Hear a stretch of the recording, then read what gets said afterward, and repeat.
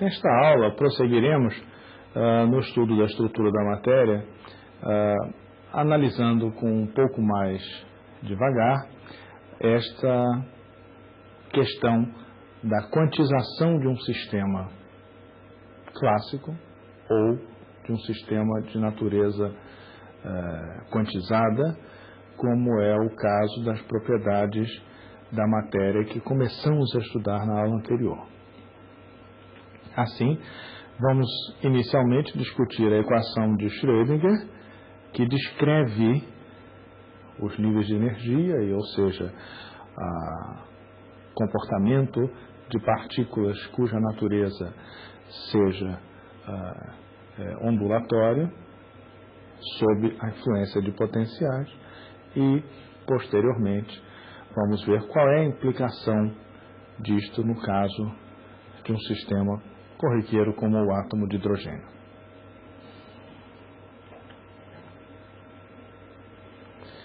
A equação de Schrödinger, ela é uma equação que é essencialmente desenvolvida para o estudo do comportamento ondulatório de sistemas de partículas, e ela essencialmente descreve o comportamento de uma grandeza.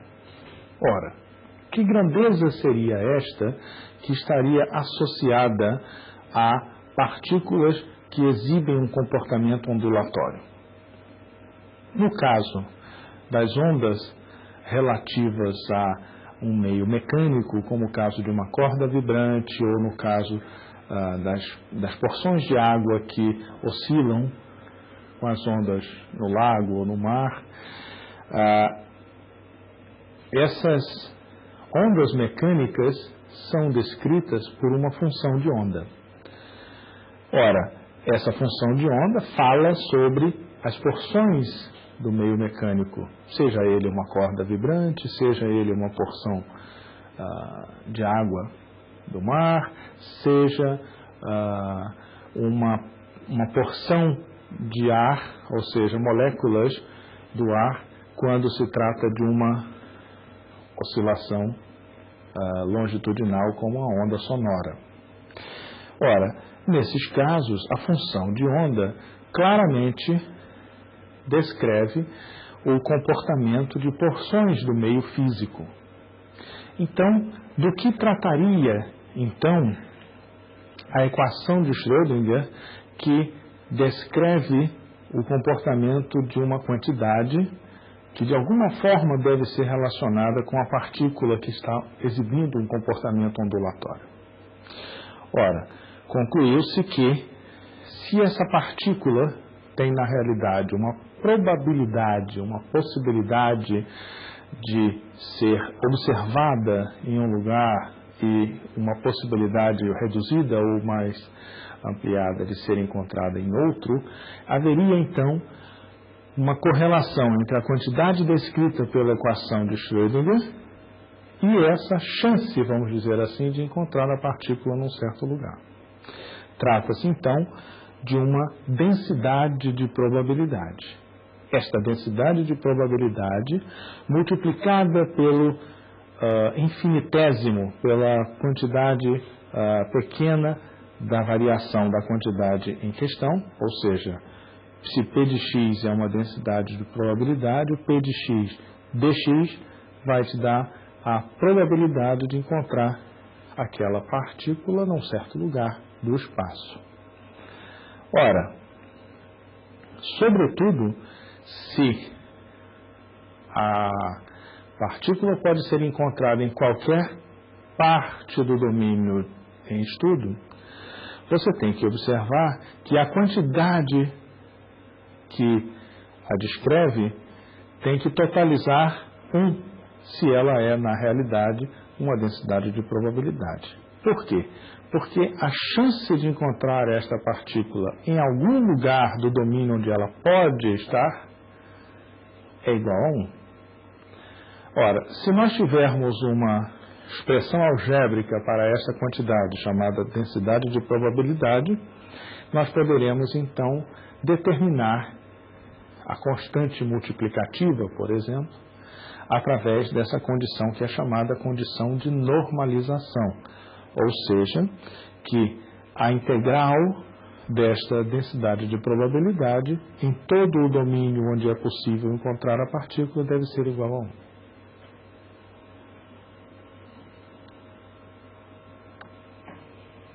Como exemplo, considere uma partícula pontual clássica. Ou seja, inicialmente vamos observar um exemplo em que a partícula tenha uma natureza clássica, puramente corpuscular, e posteriormente vamos examinar as implicações nesta interpretação de uma densidade de probabilidade para o caso de uma partícula cujo comportamento é de natureza ondulatória. Então, inicialmente, considere esta partícula clássica que se move numa região confinada entre x igual a 0 e x igual a 8. Ou seja, a partícula está em algum lugar desta região. A pergunta seria, a priori, sem nenhuma informação adicional, qual seria a densidade de probabilidade de encontrar esta partícula em, por exemplo, x igual a 2? Qual seria a probabilidade de se encontrar esta partícula numa certa faixa do domínio, como, por exemplo, entre x igual a 3 e x igual a 3,4? Ou seja, quais as características que esta função densidade de probabilidade deveria exibir e quais os valores para a probabilidade efetivamente sob certas condições? Neste caso, como a posição da partícula não é conhecida, nós não sabemos, não temos informações a priori, seja sobre a posição, seja sobre a velocidade desta partícula, ela então pode estar em qualquer lugar neste intervalo entre 0 e 8. Sendo assim, é um evento, em princípio, equiprovável encontrar esta partícula em qualquer lugar. Ou seja, esta partícula deve ter como densidade de probabilidade uma função constante e válida para todo o domínio. A esta função poderemos chamar, então, P índice 0. Ora, se temos P índice 0 na região confinada entre 0 e 8, e evidentemente P índice 0 se anulando para fora desse intervalo entre 0 e 8, por quê? Porque não há chance de encontrar a partícula fora, ela está confinada sabidamente entre 0, x igual a 0 e x igual a 8. Então, este valor P0 pode ser determinado pela condição de normalização. A condição de normalização prevê que a soma, então, ou seja, na verdade a integral, porque se trata de um intervalo contínuo. A integral desta densidade de probabilidade em todo o domínio onde é possível encontrar a partícula tem que ser igual a 1. Portanto, como a integral entre 0 e 8 de P0 é igual a 8 centímetros, multiplicado por P0, neste intervalo, você terá então que o P0 será igual a 1 dividido pela integral de 0 a 8 de 1 dx. Logo, 1/8 centímetro a menos 1 é o valor da densidade de probabilidade de encontrar esta partícula em qualquer ponto entre 0 e 8. Portanto, P0 é constante e P0 de x é igual a 1 sobre 8 centímetros para todos os valores de x entre 0 e 8. Ora, evidentemente, para instanciarmos e obtermos a probabilidade efetivamente de achar uma partícula num certo lugar, numa certa região, temos que multiplicar esta densidade de probabilidade pelo tamanho do intervalo, no caso de um infinitésimo. Ou seja, no caso de um valor fixo, por exemplo, x igual a 2, como solicitado, não há dúvida, este intervalo vai do ponto x igual a 2 até o ponto x igual a 2. Portanto, é um intervalo de tamanho zero, ou seja, as dimensões do intervalo são as dimensões de um ponto x igual a 2, que, por essa razão, a probabilidade de encontrar esta partícula em um ponto específico, x igual a 2, por exemplo, é nula, do ponto de vista algébrico, evidentemente. Do ponto de vista prático, nós vamos sempre encontrar esta partícula clássica numa faixa, numa região do domínio, como é o caso da pergunta seguinte, em que se quer saber a probabilidade de encontrar a partícula entre x igual a 3 e x igual a 3,4.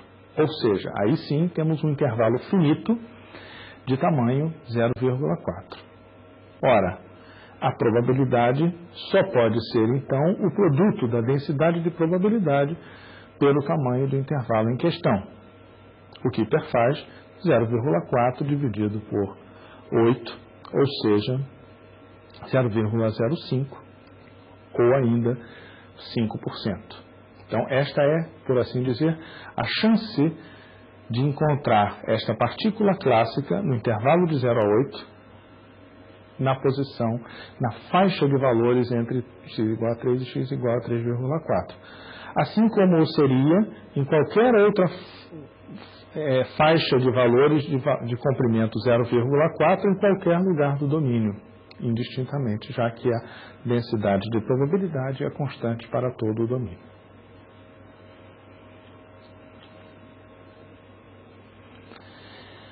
A dualidade onda-partícula, ela se relaciona diretamente com essa ambiguidade de tanto as ondas eletromagnéticas quanto as partículas poderem exibir propriedades tanto ondulatórias quanto corpusculares.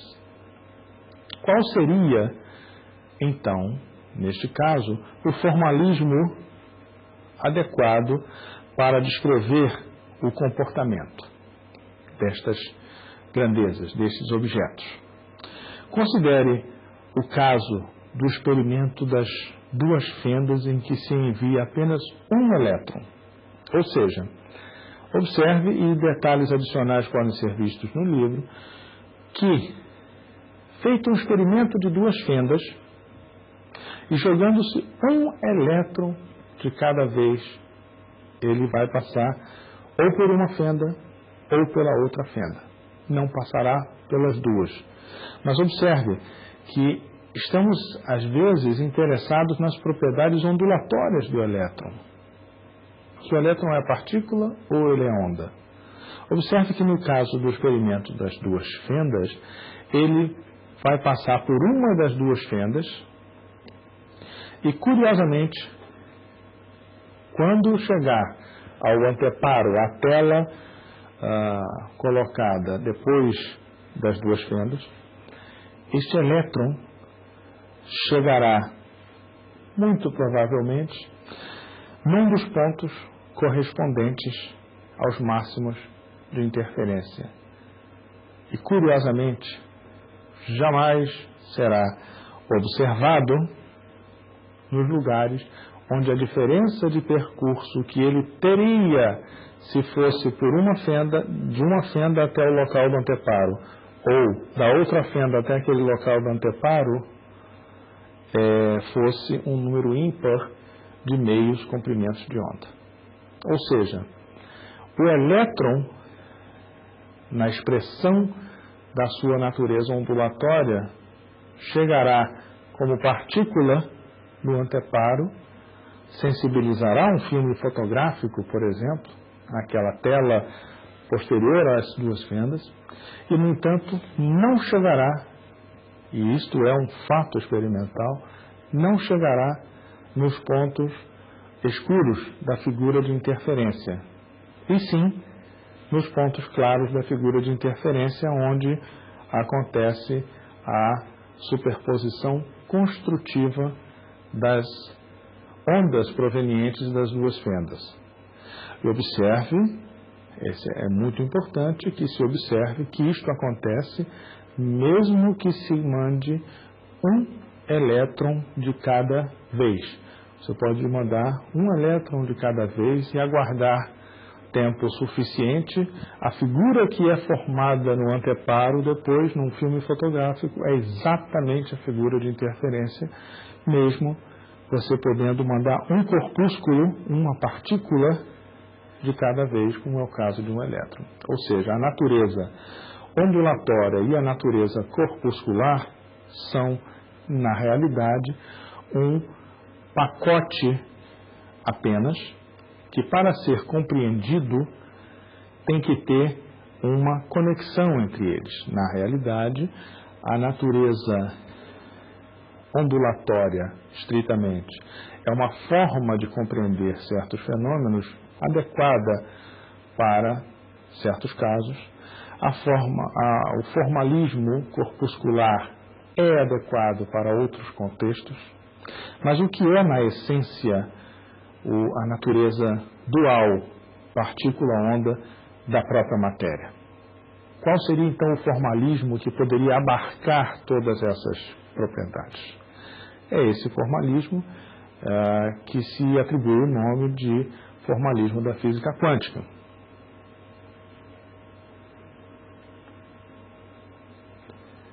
Dentro das noções da física quântica, você terá algumas características que são realmente diferentes ou pouco usuais em relação à nossa experiência cotidiana.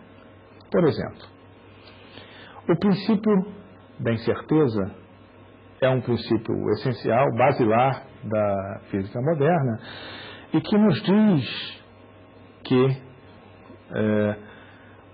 você não pode simultaneamente determinar a posição de uma partícula, cujo comportamento, evidentemente, é um comportamento em que aparecem, ou seja, é uma partícula leve, uma partícula subatômica, por exemplo, em que você, então, você pode ver as propriedades ondulatórias e corpusculares da partícula, e daí, nestes casos, então, você tem uma partícula que você gostaria de identificar sua posição espacial e, ao mesmo tempo, você gostaria de identificar a velocidade, ou melhor, a sua quantidade de movimento. Você não poderá fazer as duas determinações com precisão irrestrita. Ou seja, a precisão com que você consegue determinar a posição da partícula limita a sua capacidade de saber qual é a velocidade dela, qual é o momento dela. Da mesma forma, se você faz uma boa determinação do momento da partícula, você não saberá dizer onde esta partícula se encontra com grande precisão. Ou seja, este é, por assim dizer, um equilíbrio entre localização e velocidade de deslocamento da partícula que tem que ser mantido, porque você não consegue fazer as duas coisas simultaneamente. Para compreender este delicado princípio da incerteza, é importante compreender que uma partícula leve destas, ela é sensível a colisões com fótons, por exemplo. E o que é necessário para você saber desta partícula, saber da existência dela, é essencialmente observar um fóton que atingiu esta partícula. Então, é o que se diz que para ver uma partícula é preciso enviar pelo menos um fóton sobre ela e observar o fóton espalhado após a colisão com esta partícula. Por causa de fenômenos de difração, você vai determinar a posição da partícula com uma precisão que é da ordem de pelo menos o comprimento de onda da radiação que você enviou. Para reduzir esta imprecisão, evidentemente, você pode usar radiações de comprimentos de onda menores. No entanto, para determinar o momento desta partícula, você pode medir a posição dela em 2 instantes de tempo vizinhos e calcular assim a velocidade. Sendo a luz usada com o comprimento lambda, os fótons vão ter momento h constante de Planck dividido pelo momento da partícula. Com os parâmetros deste fóton, o momento da partícula vai se alterar. E de que maneira ele vai se alterar? Isso é uma maneira que não está sob o seu controle, porque você só vai ver o fóton espalhado. Portanto, vai existir então uma incerteza no momento da partícula, cujo momento você quer medir. E, portanto, essa incerteza vai ser da ordem de constante de Planck dividida pelo comprimento de onda de novo. Esta é uma argumentação muito informal para algo que pode ser, de uma maneira bastante cuidadosa, calculada. Mas nesse cálculo muito simplificado, obtemos que o ΔX, ou seja, a imprecisão espacial multiplicada pela imprecisão no momento da partícula, vão ser da ordem, pelo menos da ordem, de H, constante de Planck.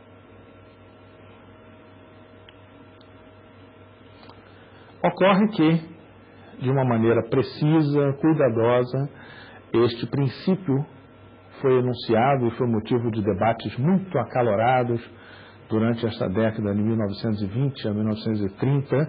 Werner Heisenberg enunciou, então, o princípio da incerteza com bases bastante sólidas e medindo de uma maneira muito precisa através de experimentos teóricos, vamos dizer assim, formulou, então, o princípio da incerteza com bases bastante rigorosas, como sendo ΔX vezes ΔP maior ou igual do que H cortado sobre 2. Onde H cortado é uma grandeza que aparece com grande presença na física moderna e corresponde à constante de Planck dividida por 2π, o que é semelhante a quando precisamos utilizar, ou utilizamos por opção, na verdade, ômega como frequência angular igual a 2πf, onde f seria então a frequência. Ou seja, é uma coisa semelhante a H e H cortado. H cortado é H constante de Planck dividida por 2π. Na prática, no entanto, para qualquer experimento prático, você não consegue valores muito próximos de H cortado sobre 2 para ΔX, ΔP. Na realidade, esses valores são bastante maiores do ponto de vista experimental do que esse valor mínimo estipulado pelo princípio da incerteza. Vamos agora observar um fenômeno referente a um confinamento de uma partícula em uma caixa, assim como vimos o caso de uma partícula clássica, uma partícula da mecânica ou da física clássica anteriormente, confinada em uma caixa que ia de 0 a 8. Vamos agora examinar o que aconteceria no caso de uma partícula quântica, uma partícula então leve, uma partícula para a qual os princípios ondulatórios vão ser observados, e a sua presença então num confinamento em uma caixa, numa região do espaço. Ora, neste caso, esta partícula deve ter um comprimento de onda de de Broglie. Já desde o enunciado de de Broglie já se sabia, não experimentalmente ainda, mas posteriormente confirmado, que as partículas, neste caso em que elas exibiam sua natureza ondulatória, tinham sim um comprimento de onda associado a elas. Não necessariamente todas as posições dentro da caixa serão possíveis a esta partícula. Esse é um aspecto importante referente à própria natureza ondulatória, como vimos no caso da corda vibrante. Nem todos os pontos da corda vibrante vão ter deslocamento em relação à posição de repouso. Os comprimentos de onda permitidos para a partícula confinada dentro de uma caixa vão ser aqueles que correspondem a 2 vezes o comprimento desta caixa ou desta região delimitadora dividido por n, ou seja, o comprimento total da região delimitadora seria um número inteiro de meios comprimentos de onda desta partícula que está então associada a um comprimento de onda. Observe que, com a ajuda da relação de de Broglie, você poderia dizer que o momento P associado ao número n seria então h, constante de Planck, dividido por esse comprimento de onda específico e indexado por n. Você poderia, uma vez sabido o momento da partícula, pode-se calcular, no caso de velocidades não relativísticas, a energia desta partícula como sendo momento elevado ao quadrado dividido por 2 vezes a massa da partícula. E, consequentemente, usando a relação de de Broglie, você tem então que seria o quadrado da constante de Planck dividido por 2 vezes a massa multiplicado pelo comprimento de onda dessa partícula elevado ao quadrado. Portanto, se o n fosse igual a 1, você teria o número n igual a 1, você teria a energia chamada energia fundamental. Quaisquer outras energias poderiam ser obtidas a partir da energia fundamental, através da relação de que a energia correspondente ao estado que vai ser numerado por n, identificado pelo número n, vai ser igual a n ao quadrado multiplicado pela energia correspondente ao estado identificado pelo número 1. Onde esse, então, estado de número 1, energético, é a constante de Planck ao quadrado dividido por 8m, comprimento da área de confinamento ao quadrado. Este número n é chamado de número quântico. E ele determina o estado energético desta partícula confinada numa caixa. Efetivamente, se associarmos a função de onda desta partícula à sua descrição através do estado correspondente a essa oscilação, ou seja, um seno de npx sobre o comprimento da área de confinamento, você terá uma constante multiplicativa à frente desta função. Como seria então obtida esta constante multiplicativa? Não restaria outra alternativa que, sabendo-se que a área de confinamento tem tamanho L, integrar esta, então, função de onda elevada ao quadrado, que é, então, o que vamos associar com a densidade de probabilidade, elevada ao quadrado, integrada desde o início até o final da área de confinamento, você vai ter, ao igualar a 1, ou seja, a partícula certamente está na área de confinamento, você vai poder, então, determinar o valor da constante multiplicativa à frente do seno, como sendo a raiz quadrada de 2 sobre L. Observe, então, que estas ondas, por exemplo, o estado fundamental corresponderá à nulidade nas extremidades da área de confinamento e uma grande chance, por assim dizer, de encontrar a partícula mais ou menos no meio, vamos dizer assim, da região de confinamento. Esse seria o estado de energia mais baixa, por assim dizer, a situação mais confortável da partícula dentro da área de confinamento. Ou seja, ela pode ser encontrada em qualquer lugar?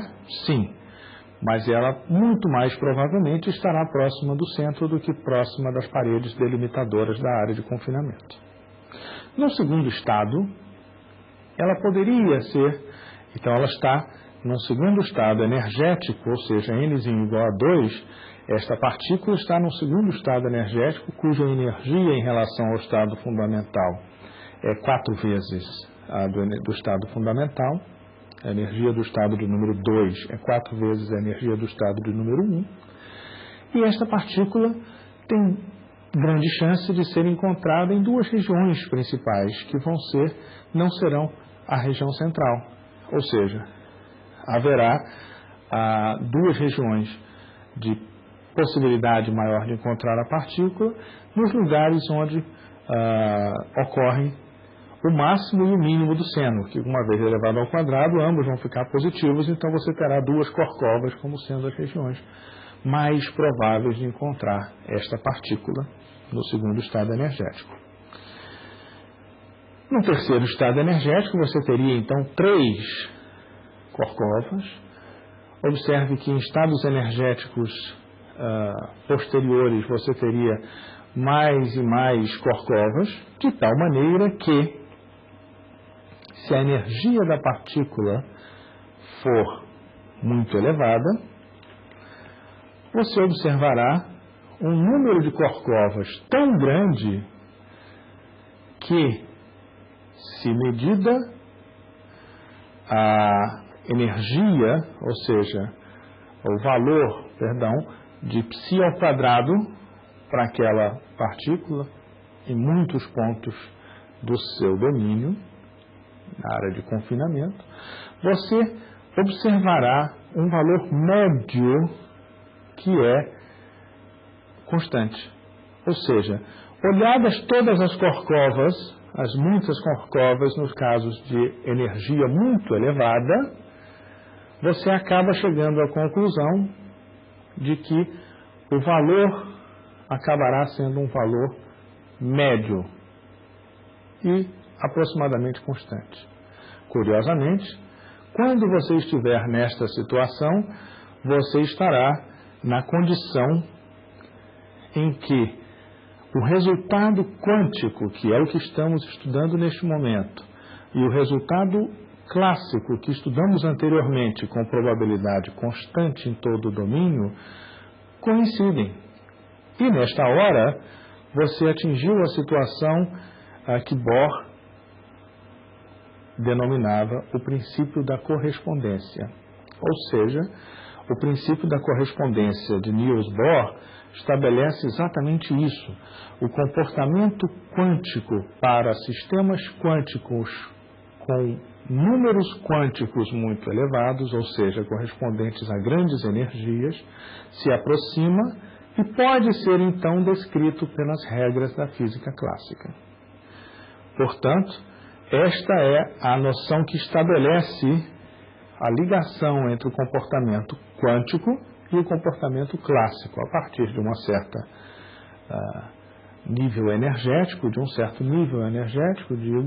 você poderá utilizar as regras, as equações da física clássica sem grandes transtornos, porque você está numa situação em que os efeitos quânticos já são muito difíceis de ser observados. Como exemplo, considere um elétron que esteja confinado numa pequena região de 1/10 de nanômetro ou nanômetro de comprimento. Determine, então, neste caso, as energias do estado fundamental até o estado correspondente ao número quântico n igual a 3 em elétron-volt. Determine, em seguida, os comprimentos de onda dos fótons que seriam observados no caso de uma transição do estado quântico número 3 para o estado quântico número 2 e do estado quântico número 3 diretamente para o estado quântico de número 1.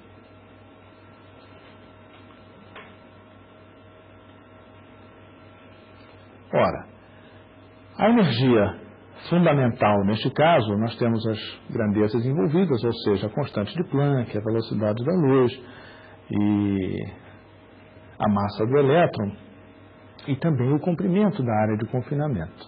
Portanto, os valores determinam que o estado fundamental se encontra a 37,6 elétrons-volt. Consequentemente, como vimos anteriormente, a energia no estado quântico de número n vai ser n ao quadrado multiplicado pela energia desse estado de número quântico 1, que é então chamado estado fundamental. Portanto, a energia correspondente ao estado quântico 2 é obtida imediatamente como 150 elétrons-volt e a energia do estado quântico de número 3 vai ser de 338 elétrons-volt.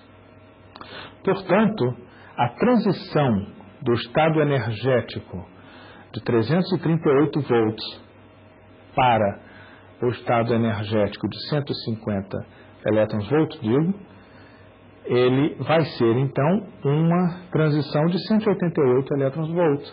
E essa transição produz um fóton cujo comprimento de onda é de 6,6 nanômetros, sendo a transição do estado energético de 338 elétrons-volt para o estado fundamental de 37,6 elétrons-volt, correspondente, então, a um fóton cujo comprimento de onda é de 4 nanômetros. Portanto, 100 vezes menor do que na faixa do visível. Os valores esperados, então isso é uma questão importante, porque quando você for calcular, e não está no escopo deste nosso curso, calcular o valor esperado para a posição de um elétron na órbita de um átomo de hidrogênio, por exemplo, você estará aplicando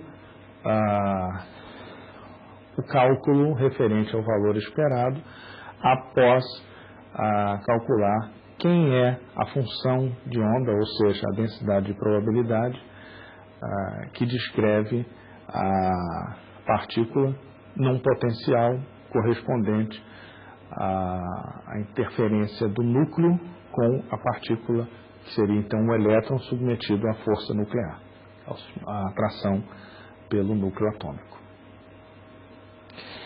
Neste caso, você precisaria então calcular a integral da posição multiplicada pela densidade de probabilidade de encontrar aquela partícula num certo lugar, obtendo então o valor esperado ou a esperança matemática para a grandeza posição da partícula.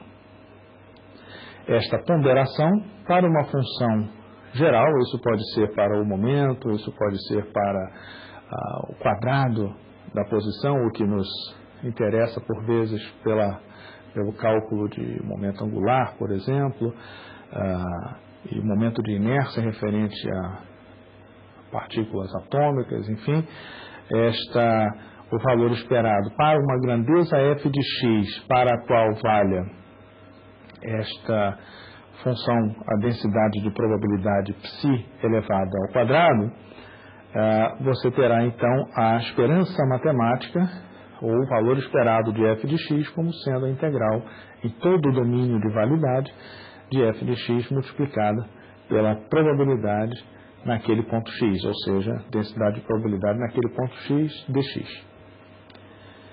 Como exemplo, considere uma partícula em uma caixa unidimensional de comprimento L e que está no estado fundamental, essa partícula. calcule então a probabilidade de se encontrar esta partícula num intervalo de tamanho 1/100º de L, mas centrado no centro da região de confinamento, e também encontrar a probabilidade de encontrar esta partícula em algum lugar entre a posição de confinamento 0 e a posição de confinamento 1/4 do domínio.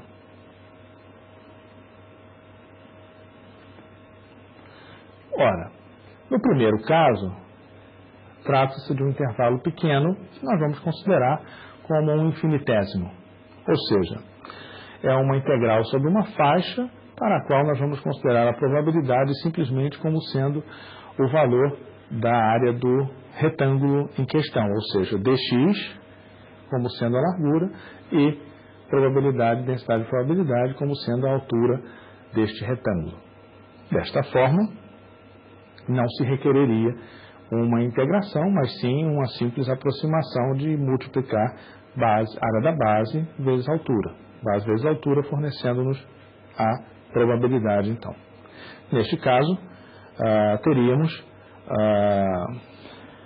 que o π² é 2/L e, consequentemente, neste ponto, π² é 2/L e, consequentemente, a probabilidade correspondendo a π² neste ponto multiplicada pelo intervalo em questão nos forneceria 2/L vezes 1/100º de L, o que nos fornece 0,02 ou 2% de chance, vamos dizer assim, de encontrar a partícula naquela região, que corresponde a um pico. Realmente, então, é uma região em que existe realmente uma chance grande de encontrar essa partícula. No caso do outro intervalo, é um intervalo que vai de x igual a 0 até x igual a 1/4, você não poderá escapar do cálculo através da integral.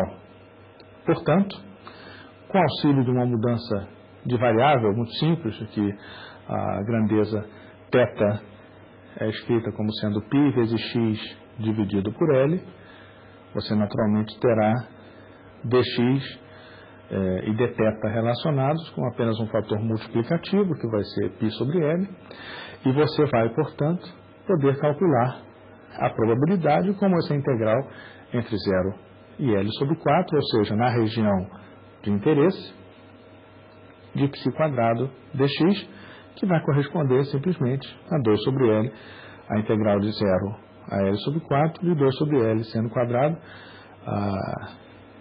de θ dθ, o que lhe fornece 91 milésimos, ou seja, um valor 4,5 vezes maior do que o anterior.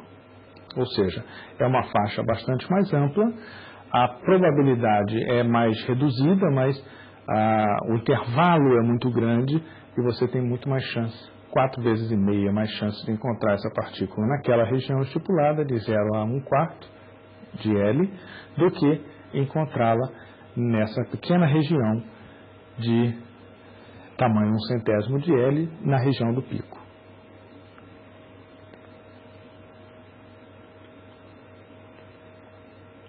Uma informação essencialmente semelhante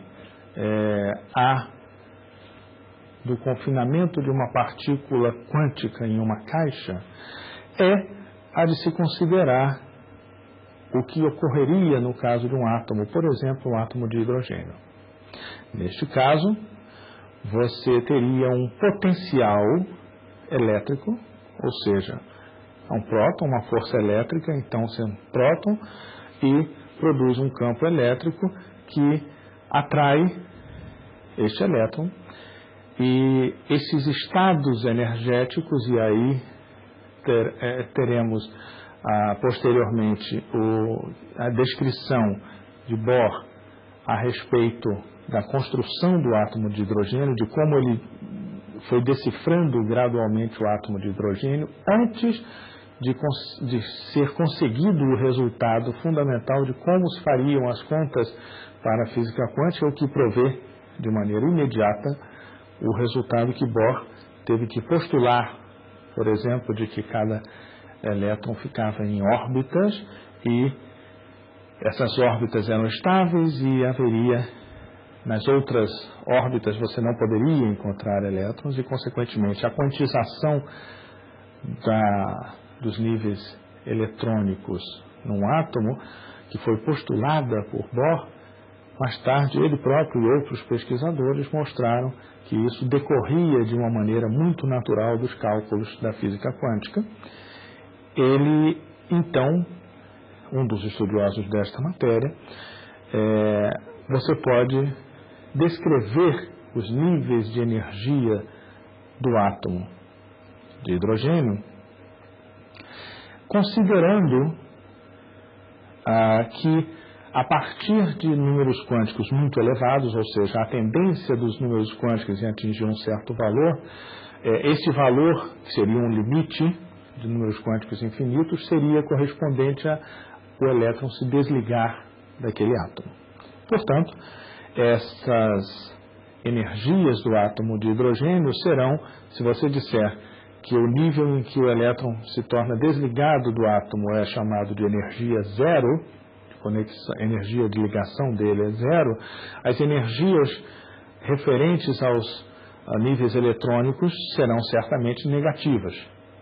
E o estado de mais baixa energia, ou seja, o estado mais próximo para o elétron, mais próximo do núcleo atômico do átomo de hidrogênio, que é só um próton, ele corresponde à energia de menos 13,6 eletronvolts. E as transições, naturalmente, vão se fazer de outros níveis energéticos para o primeiro e fundamental estado eletrônico do átomo de hidrogênio. Observe que o primeiro nível, chamado nível excitado para o elétron, ou seja, energizado para o elétron, depois do estado fundamental, está localizado a 3,4 elétrons-volt. O segundo vai estar a 1,5 e assim por diante. E, curiosamente, não há a possibilidade de as transições para o nível fundamental produzirem radiação na faixa do visível. No entanto, transições dos níveis mais elevados, de número quântico mais alto do hidrogênio, para o segundo nível, o segundo número quântico, são capazes de produzir radiação na faixa do visível, ou seja, a faixa de alguns eletronvolts. Observem, lembrem-se que a faixa de energia dos fótons do visível já foi abordada no início dessa aula.